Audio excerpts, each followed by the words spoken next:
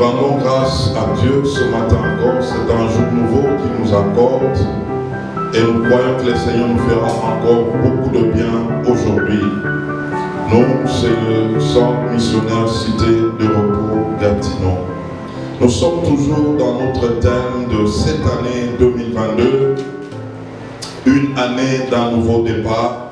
Et nous sommes dans le sous-thème comment négocier un nouveau départ. Nous avons notre texte de base, nous sommes dans Ésaïe 51 et le verset 2, nous lisons encore ce même passage. Ésaïe 51, verset 2. Portez les regards sur Abraham, votre père, et sur Sarah qui vous a enfanté, car lui seul je l'ai appelé, je le bénis et multiplié. Nous voulons ajouter ce matin Romains chapitre 4, du verset 17 au verset 21. Romains chapitre 4, du verset 17 au verset 21. Je t'ai établi père d'un grand nombre de nations. Il est notre Père devant celui auquel il a cru. Dieu qui donne la vie aux morts et qui appelle les choses qui ne sont point comme si elles étaient. Espérant contre toute espérance, il crut, en sorte qu'il devint père d'un grand nombre de nations. Selon ce qui lui avait été dit, telle sera ta postérité. Et sans faiblir dans la foi, il ne considéra point que son corps était déjà usé, puisqu'il avait près de 100 ans, et que Sarah n'était plus en état d'avoir des enfants. Il ne douta point par incrédulité au sujet de la promesse de Dieu, mais il fut fortifié par la foi, donnant gloire à Dieu, et ayant la pleine conviction que ce qu'il promet, il peut aussi l'accomplir. Amen. Nous prenons enfin 2 Timothée chapitre 1 et le verset 12.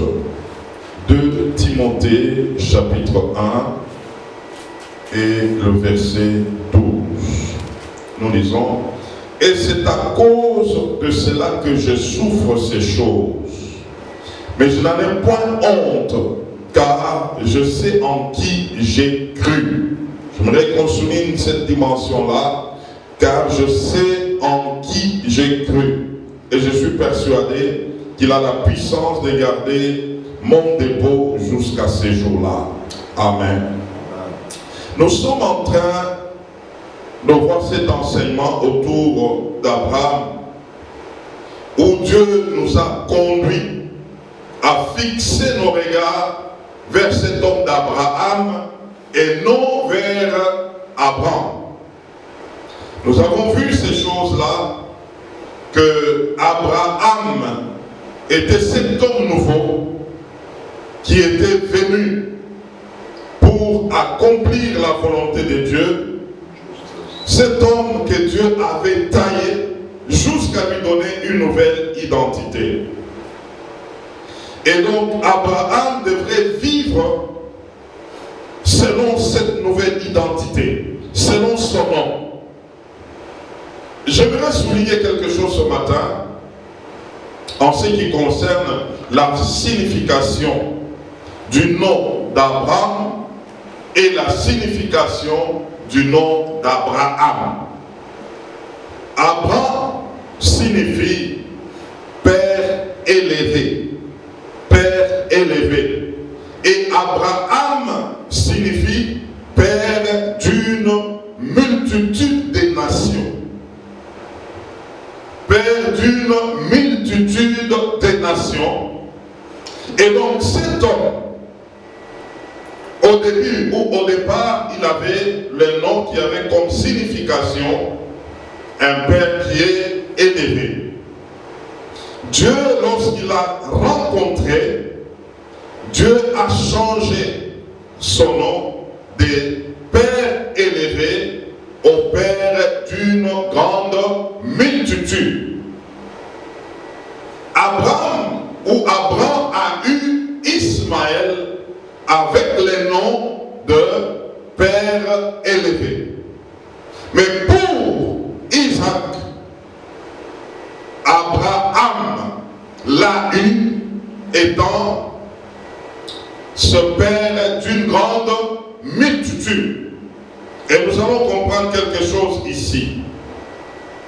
Que lorsque Dieu avait changé le nom d'Abraham à Abraham, et donc toutes les personnes qu'il rencontrait l'appelaient au nom de père d'une grande multitude. Pendant que cet homme n'avait pas encore d'enfant.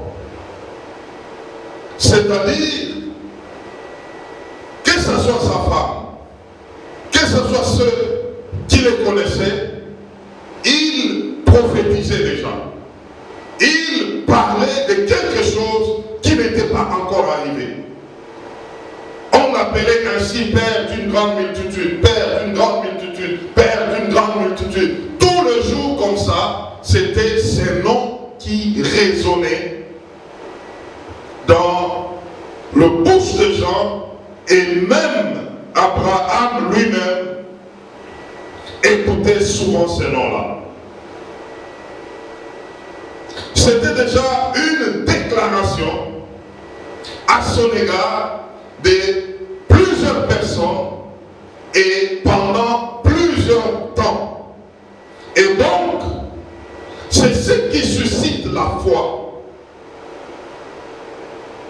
Romains chapitre 10, le verset 17, la Bible nous dit, la foi vient de ce que l'on entend.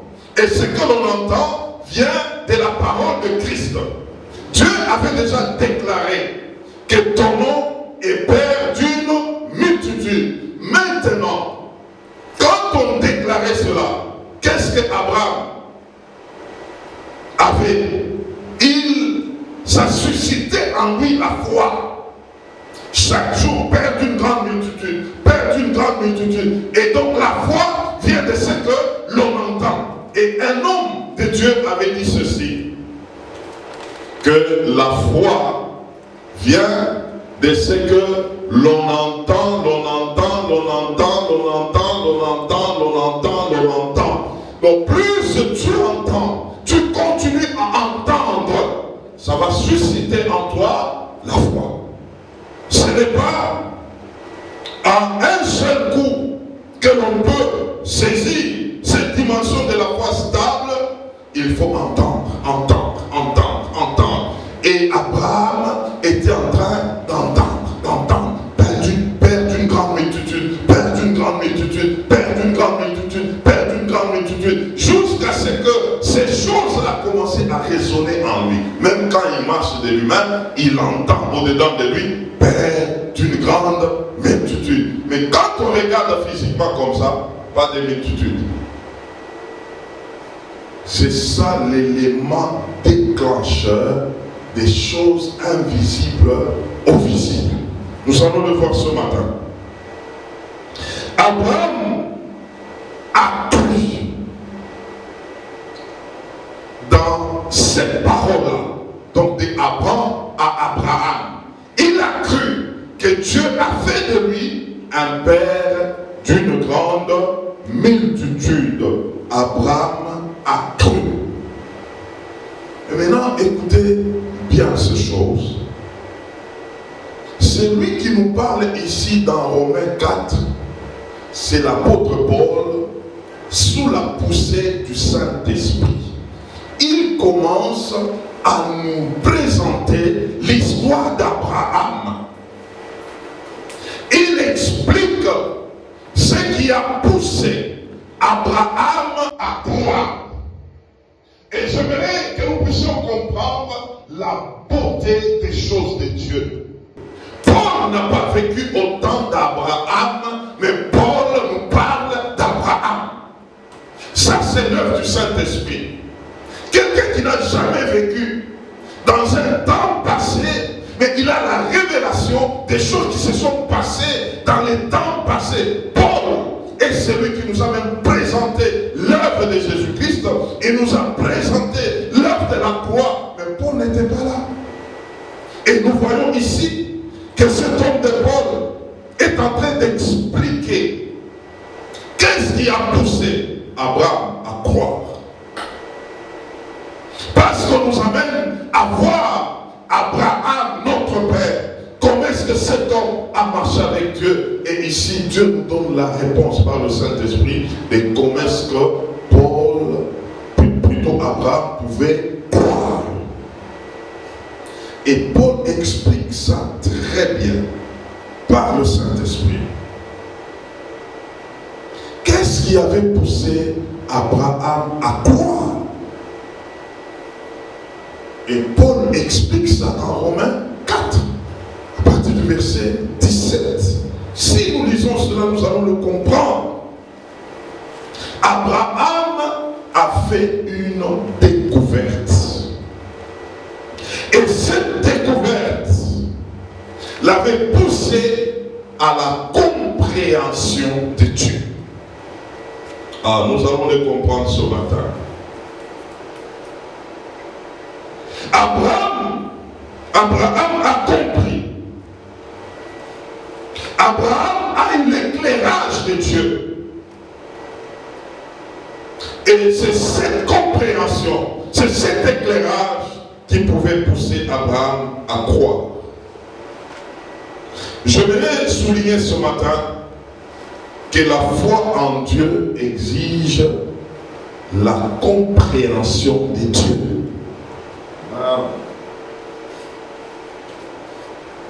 Et la compréhension de Dieu, c'est être capable de voir ce que Dieu dit. Aïe, ça, je m'aimerais bien le souligner. La foi en Dieu exige la compréhension de Dieu. Et la dimension de la compréhension de Dieu, c'est être capable de voir ce que Dieu a dit. Ah, j'aimerais vous poser la question. Est-ce que tu peux voir une parole? Mais laissez-moi vous dire que dans la compréhension de Dieu, il faut être en mesure de voir la parole, de visualiser la parole.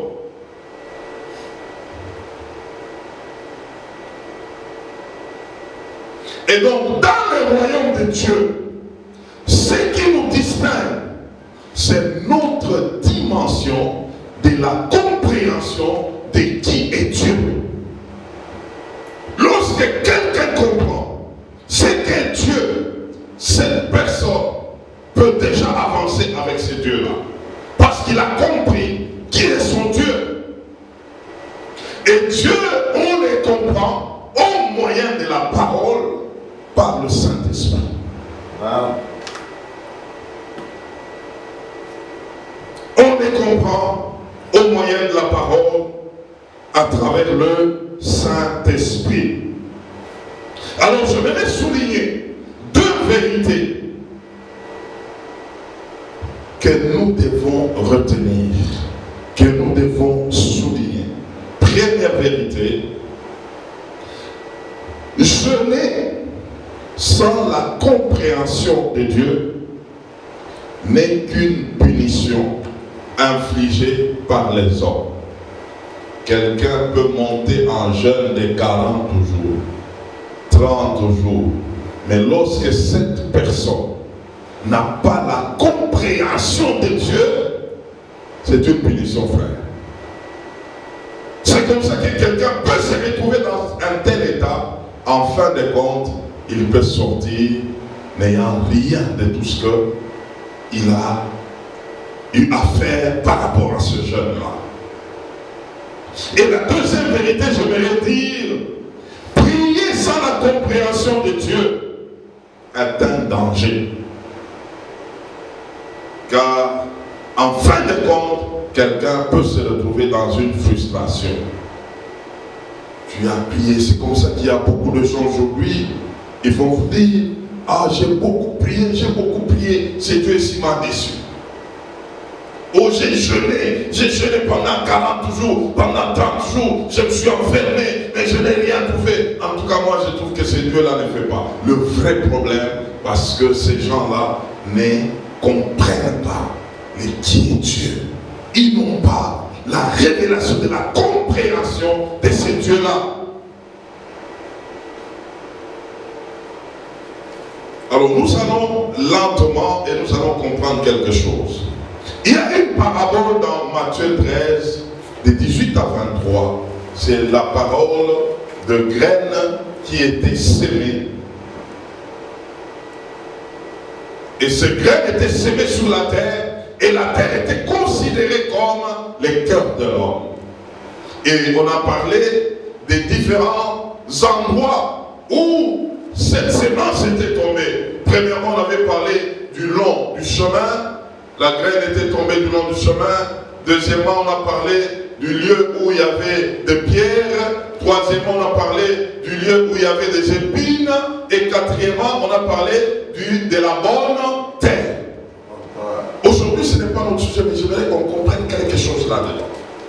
La bonne terre, la quatrième dimension du cœur de l'homme, au niveau de la bonne terre, on nous dit la même semence sur la bonne terre, une semence a produit 100, une autre semence a produit 60, une autre semence a produit 30. Sur la bonne terre, mais des résultats différents. Nous allons comprendre quelque chose là-bas, que nous pouvons ensemble entendre la voix de Dieu, mais la différence, c'est au niveau de la compréhension de chacun de nous. Celui qui comprend correctement, il fera des résultats plus que celui-là, cet autre qui a compris, mais au niveau des 60. Il y a d'autres qui a compris au niveau des 30. En fait, il a compris, mais le pourcentage c'était 30. L'autre a compris, pourcentage 60. Mais il y a un autre qui a compris à combien? À 100. Et nous allons nous retrouver que parmi les 3 personnes, les attitudes ne seront pas les mêmes. Ce que tu es, c'est la dimension de ta compréhension avec Dieu. C'est ce qui détermine tes actions, qui détermine ta foi, qui détermine ta manière de faire. C'est la dimension de ta compréhension de Dieu. Très important. Qu'est-ce que Abraham a compris qui l'a poussé à croire? Aïe, aïe, aïe. Tant que tu ne comprendras pas ta dimension de la foi, restera petite. Tu vas bouger, tu vas vaciller, parce qu'en réalité, tu n'as pas compris qui est Dieu. Tu n'as pas compris ce que Dieu est.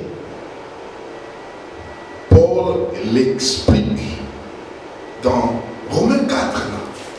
Il a souligné 2 choses que Abraham avait compris de Dieu. La première des choses que Paul a souligné, que Dieu est celui qui donne la vie aux morts. Ah, ça c'est très profond. C'est que Abraham pouvait croire en Dieu parce qu'il avait compris que Dieu est capable de donner la vie aux morts. Et ici, j'aimerais souligner toute dimension de la mort. Dieu est capable de donner la vie. L'ennemi, quand il regarde le monde, il regarde les hommes, il dit, il peut les coincer au niveau de la mort. Le dernier ennemi de l'homme, c'est la mort. L'homme a peur de la mort. Mais la Bible nous dit ici, Abraham a cru en Dieu parce qu'il a découvert que Dieu est capable de donner la vie aux morts. Ah, ça c'est très profond. Regardez l'histoire de Jésus-Christ avec le fils de Jairus. Jairus a bougé Christ pour dire que son fils est malade. Et pendant qu'il traînait en route, l'enfant était déjà mort. N'est-ce pas, son serviteur est arrivé directement pour dire à Jairus, n'importune plus le maître parce que ton fils est déjà mort. Mais Jésus a parlé. Il a dit non, il n'est pas mort, il dort. Parce que Jésus savait qu'il lui est capable de donner la vie au monde. Abraham a découvert ça. Abraham a compris cela. Tout ce qui est mort, Dieu est capable de redonner la vie. Tout ce qui est mort. Et je dis tout c'est tout. Que ça soit à la dimension de la santé. Lorsque quelqu'un est déclaré incurable, c'est déjà une mort. Mais Dieu est capable de donner la vie. Lorsque les choses ne marchent pas, c'est la mort dans les domaines social. Dieu est capable de donner la vie. Lorsque quelqu'un vit dans le trouble, il attend seulement mourir. Dieu est capable de donner la vie. Abraham, quand il a compris cet entendement, il pouvait se dire, je ne peux que croire en Dieu. Je veux dire ce matin, croire ce n'est pas de la folie. Ce n'est pas risquer, mais c'est comprendre. Quand tu comprends qui est Dieu, tu peux croire. Et Paul souligne ici qu'il a cru parce qu'il a compris que Dieu est capable de donner la vie au monde. C'est pourquoi Abraham, il pouvait amener Isaac sur l'autel de sacrifice parce qu'il savait que Dieu est capable de donner la vie au monde. Même s'il prenait les couteaux, il coupait la tête.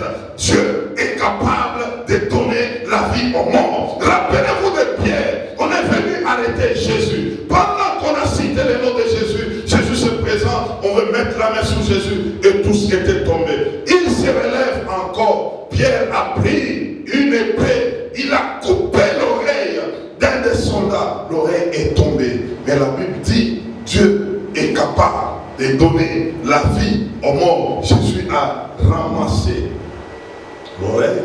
Il a fait quoi? Il a remis ça à sa place. L'affaire était réglée. Abraham était entré dans cette compréhension-là. Nous parlons de la foi d'Abraham aujourd'hui, mais Paul vient par le Saint-Esprit nous expliquer le pourquoi de la croyance de cet homme d'Abraham en Dieu. Nous avons la réponse. C'est qu'il a compris que Dieu est capable de donner la vie au monde. C'est pourquoi Abraham pouvait amener qui? Isaac sur l'autel. Ce n'était pas le ciel. C'était la compréhension. Il avait compris. Et il pouvait l'amener. Deuxième vérité aux dimensions du pourquoi de la croyance d'Abraham. Paul le dit, Abraham a compris que Dieu est capable d'appeler à l'existence les choses qui n'existent pas comme si elles étaient. Donc sa parole est créatrice. Sa parole a le pouvoir de créer. Une telle compréhension va amener quelqu'un à avoir une foi inébranlable. Une foi qui ne peut pas vaciller. Jusqu'à dire, Isaac peut mourir, mais la parole de Dieu peut l'amener à l'existence. Isaac peut mourir, mais quand Dieu dit une chose, la chose doit arriver.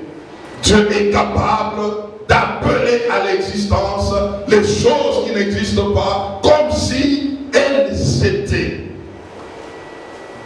Et donc, Paul, en soulignant ces deux points, nous comprenons ce qui avait motivé Abraham d'agir par la foi.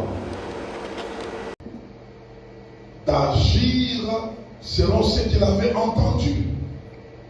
Nous comprenons que cet homme avait cru parce que il savez que Dieu est capable de donner la vie au monde, que Dieu est capable d'appeler à l'existence les choses qui n'existent pas. C'est la dimension de la compréhension de ce Dieu-là qui a poussé Abraham à agir.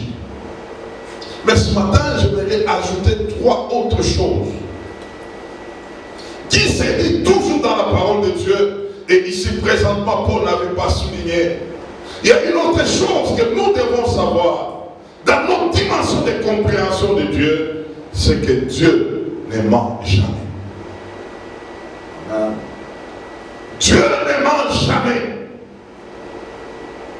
Dans ce qu'il dit, il est derrière sa parole pour l'accomplir. Il veille sur sa parole pour que cette parole s'exécute.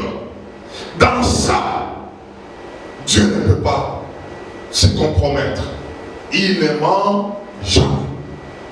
Une autre dimension de la compréhension de Dieu, Dieu n'échoue jamais. Jamais Dieu n'a échoué. Lorsqu'il commence quelque chose, il l'achève toujours. Il va jusqu'au bout. Il n'échoue jamais. Et une autre dimension que nous voulons ajouter de ce Dieu, Dieu ne change jamais.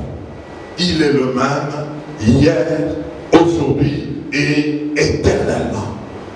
Alors si nous prenons tous ces paquets, il donne la vie aux morts, il appelle à l'existence les choses qui n'existent pas comme si elles étaient, il ne ment jamais, il n'échoue jamais, il ne change jamais.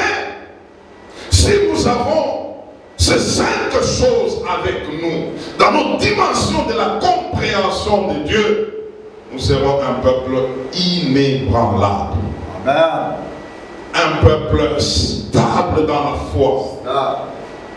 Un peuple qui ne peut pas reculer. Un peuple qui fait totalement confiance en Dieu.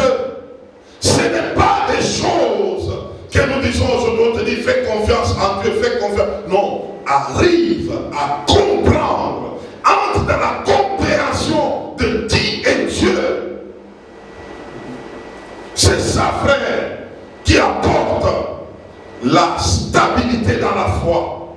C'est ça, frère, qui apporte la constance dans la foi, parce qu'il y a des choses qui te motivent. Il y a comme un fondement qui est sur lequel tu t'appuies et tu ne peux pas être ébranlé. Alors, nous avons une question pour nous ce matin, c'est de savoir comment accéder dans cette dimension de la compréhension de Dieu.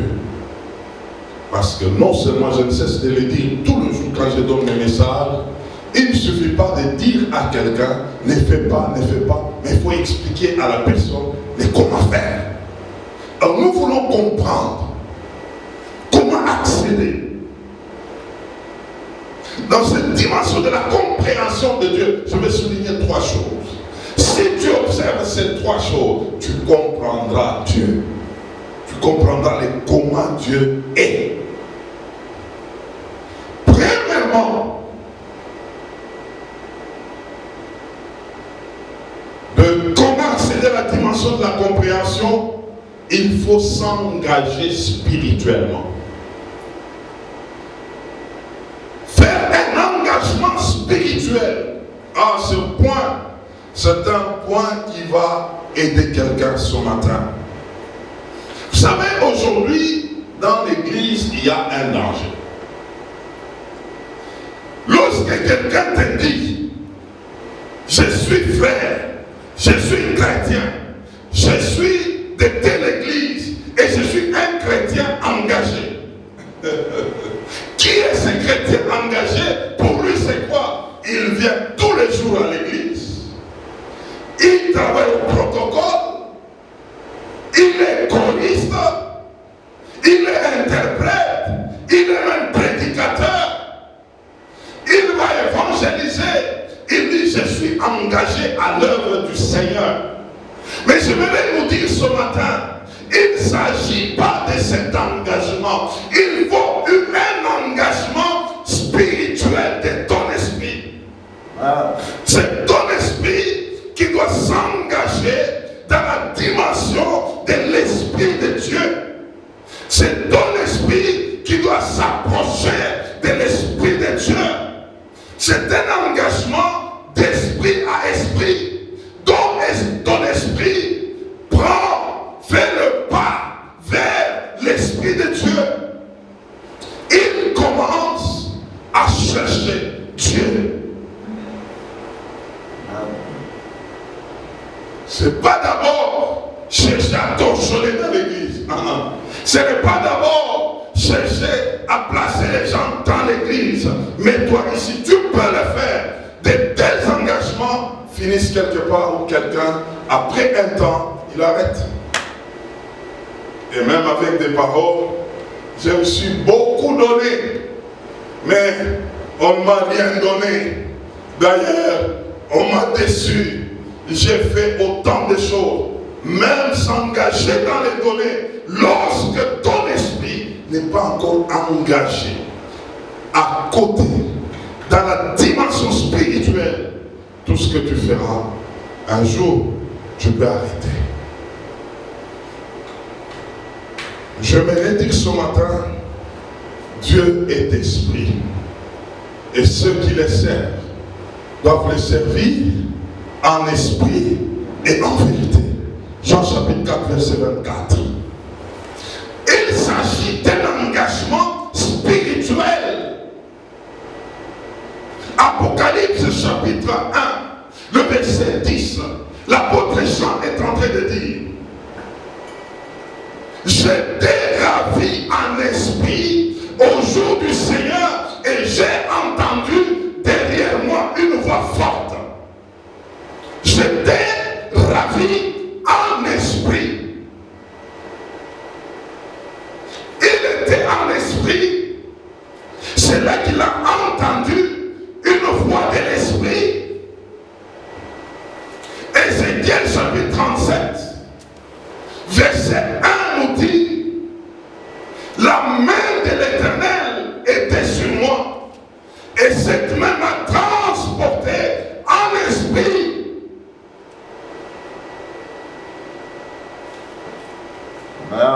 Paul est en train de dire dans Romains chapitre 1, verset 9, les dieux que je sers dans mon esprit. Aïe, aïe, aïe, aïe, aïe. Nous avons aujourd'hui des gens qui servent Dieu dans la chair, qui s'engagent dans la chair, qui font des choses par la chair. Un tel engagement, tu ne comprendras pas Dieu.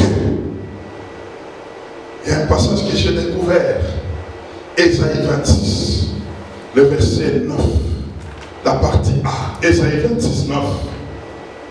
La Bible est en train de dire: mon âme te désire pendant la nuit, et mon esprit te cherche au-dedans de moi. Ah, ça c'est très bien. Mon âme te désire pendant la nuit, et mon esprit te cherche au-dedans de moi. Il y a eu la différence ici entre quoi? Entre l'âme et l'esprit. On parle de l'âme qui est en train de chercher Dieu pendant la nuit. Quand on parle de l'âme, il s'agit de l'intelligence, il s'agit de la réflexion. C'est quelqu'un qui cherche à comprendre Dieu. Il est en train de réfléchir sur Dieu. Et ici, c'est par sa parole, par la parole de Dieu. L'âme qui cherche Dieu, c'est l'âme qui est plongée dans la parole de Dieu. Et ici, il dit: mon esprit te cherche au-dedans de moi. L'esprit, c'est la dimension de l'écoute. Alléluia. L'esprit cherche Dieu. L'esprit veut percevoir la voix de Dieu. Quand c'est l'âme qui cherche Dieu, l'âme cherche la compréhension de Dieu. Et lorsque les deux se mettent ensemble, tu as et la voix de Dieu, l'écoute de Dieu, et la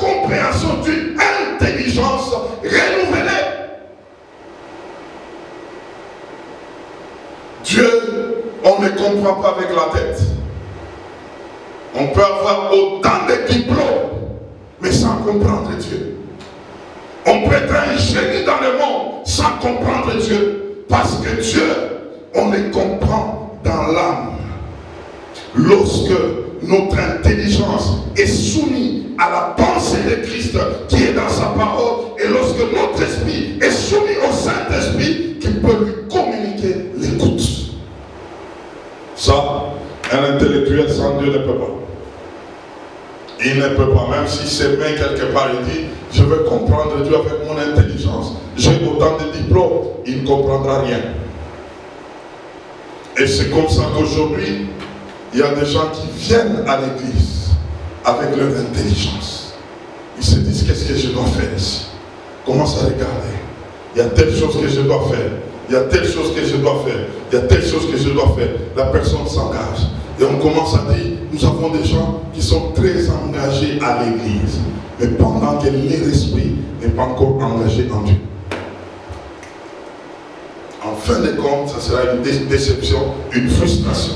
Mais lorsque ton esprit est engagé, tu feras le travail de Dieu, c'est l'esprit qui va te pousser à le faire. Que quand tu fais un travail en train de bouger les bancs, de bouger les chaises, poussé par le Saint-Esprit, ça devient un travail spirituel. Alléluia. Ce n'est plus un travail, on peut dire, avec des diacres. Moi, je suis en train de travailler, en train de bouger les bancs, en train de faire entrer les gens. C'est un travail comme ça, je le fais comme ça. Non, ce n'est pas un travail comme ça. Lorsqu'on est engagé au Saint-Esprit, et c'est lui qui te conduit à ce travail, ça devient un travail spirituel. Amen. Et quand ça devient un travail spirituel, tu le feras sous la poussée du Saint-Esprit. Tu ne le feras pas pour qu'on te voie. Tu ne le feras pas en disant, les jours où on va me décevoir, je vais arrêter ce travail. Non, c'est le Saint-Esprit qui te pousse. Et tu sais en qui tu as cru pour faire ce travail.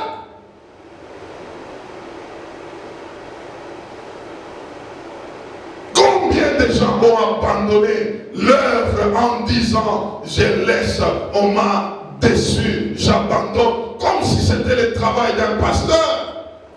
C'est parce qu'on avait fait ça selon la chair.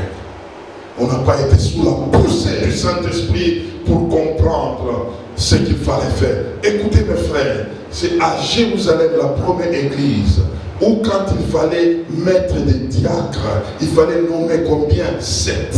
Il y avait la première condition, être rempli du Saint-Esprit.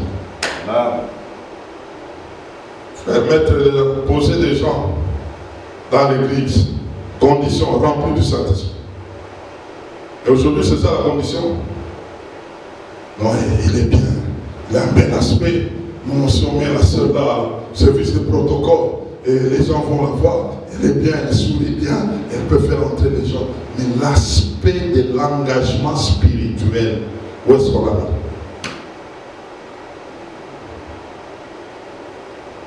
C'est la première des choses. Lorsqu'on veut comprendre et qui est Dieu, nous devons nous engager spirituellement. C'est le premier engagement dans l'église. Il faut arriver à s'engager par ton esprit. Et là, tu commences à traiter directement avec Dieu. Et quand il te donnera des ordres à faire, tu les feras par l'esprit. Et ce que tu feras, ça sera un travail spirituel. C'est pourquoi il y a des gens, quand ils ne prêchent pas, ils se disent qu'il n'a pas encore travaillé. Le travail spirituel dans l'église, c'est à tous les niveaux. Que ça soit balayé dans l'église, si tu le fais sous la poussée du Saint-Esprit, ça devient un travail spirituel. Placer des gens, un travail spirituel. Visiter des gens, un travail spirituel. C'est ça l'engagement spirituel. Non, moi, toi tu fais quoi à l'église? Non, moi je suis seulement un simple frère. Et l'autre qui prêche, on dit non, lui il a déjà trouvé une place, lui il prêche même. Quelqu'un peut prêcher, mais sans être engagé spirituellement.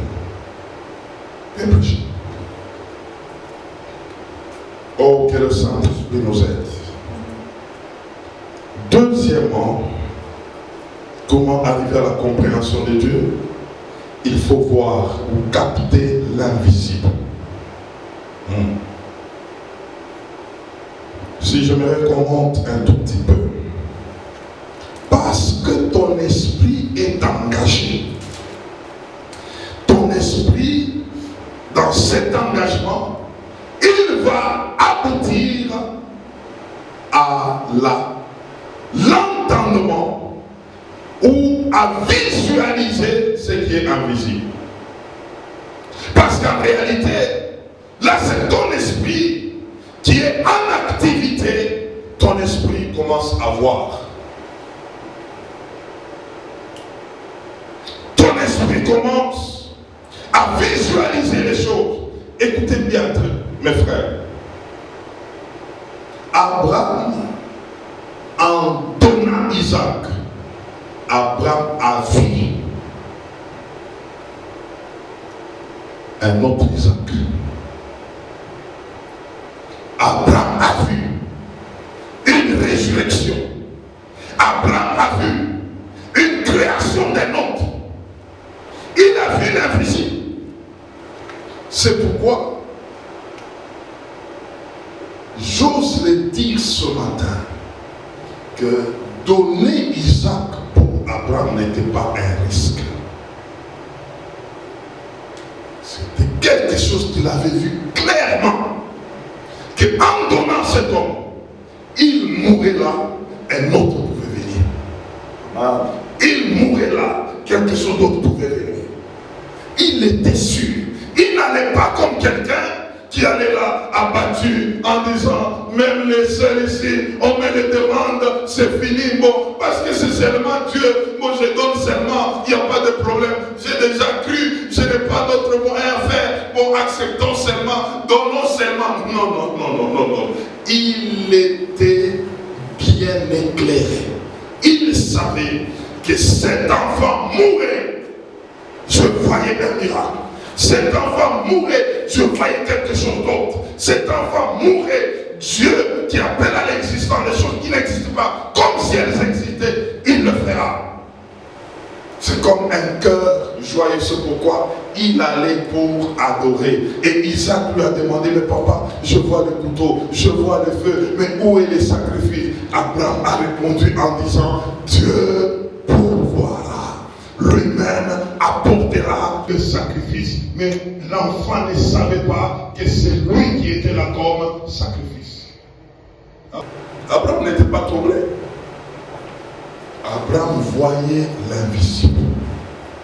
Et à ce point, c'est ici où beaucoup de gens n'arrivent pas à comprendre la dimension de Dieu.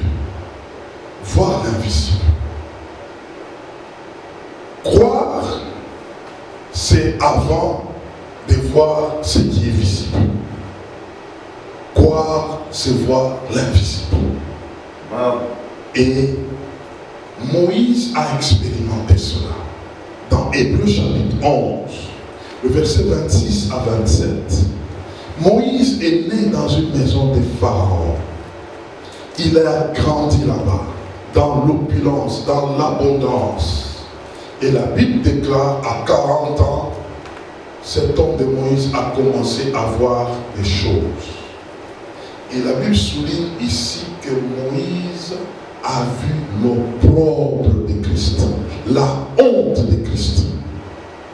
Moïse a vu l'œuvre de la croix. Et la Bible déclare de Moïse, il a vu cette honte comme une grande richesse. Cette richesse dépassait la richesse qui était en Égypte. Frère, ça il faut voir. Voir une honte, et dans la honte, il y a quoi? Une grande richesse. Voir quelqu'un qu'on est en train de tuer à la croix, mais percer là-dedans, trouver la richesse là-dedans. Trouver la guérison là-dedans. trouver la gloire là-dedans.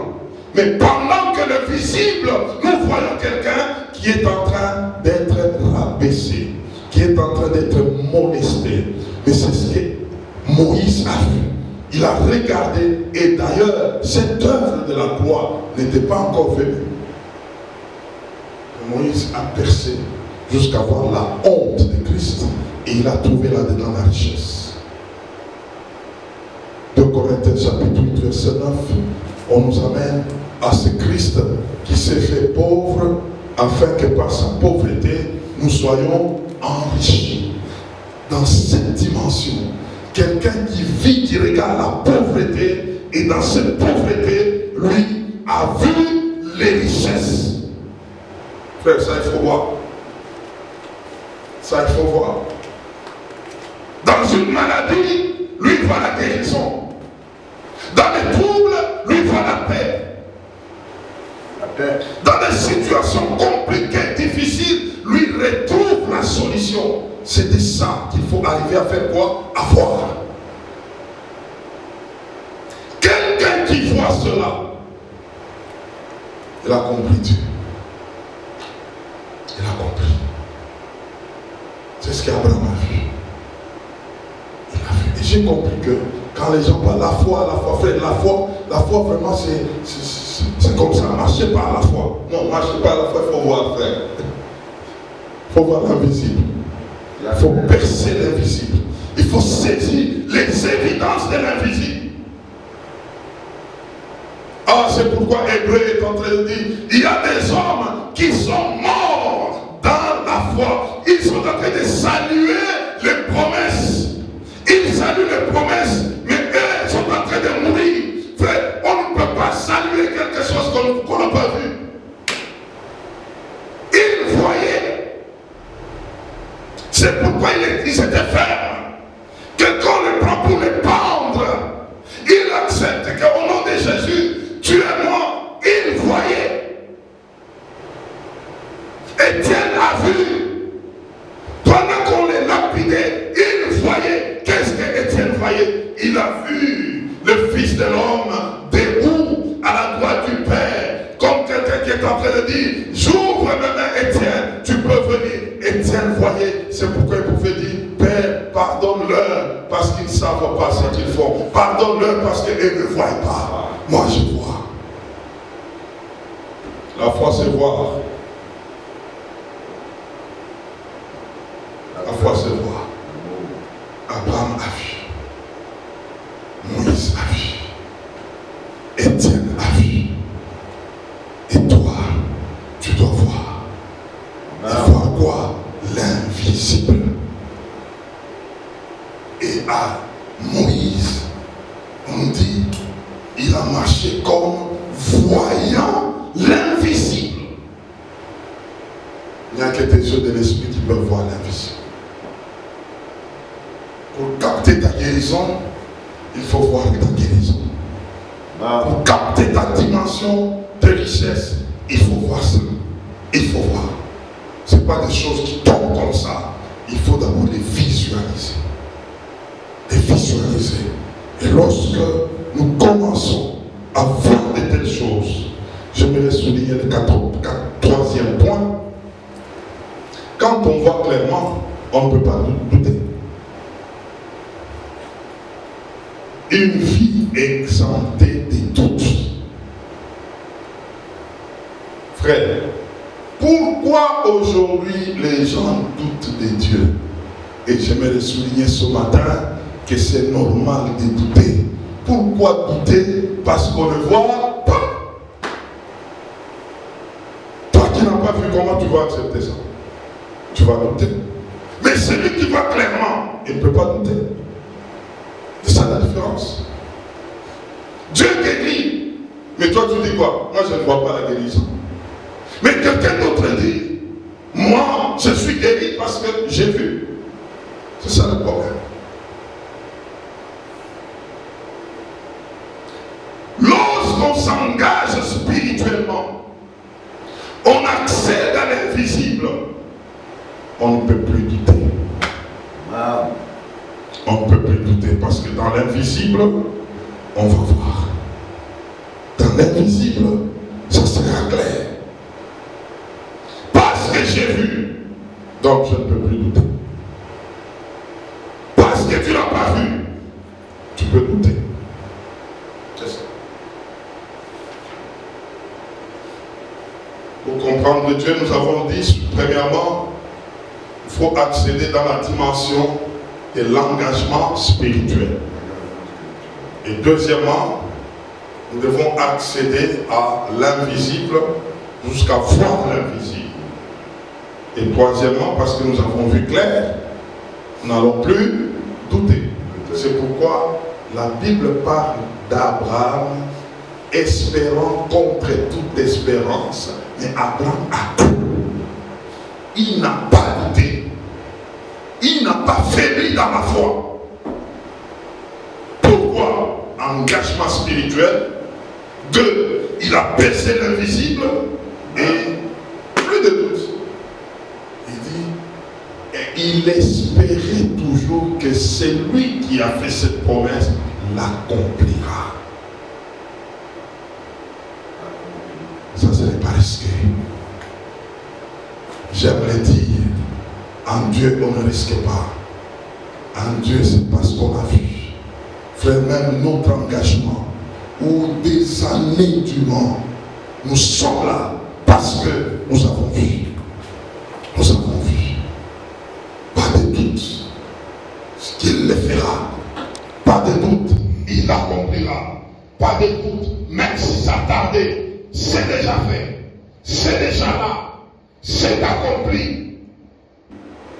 Pourquoi? Parce que c'est mon esprit qui est engagé dans cette affaire et l'esprit est en train de voir et parce qu'il a vu, lorsque les doutes viendront, les doutes vont rencontrer la visibilité. J'ai vu, frère. Comment tu peux m'apporter encore des doutes? Mon esprit a vu. Cette année, que ton esprit s'engage. Cette année, que tu accèdes dans l'invisible, afin de marcher sans aucun doute. Que Dieu bénisse sa parole.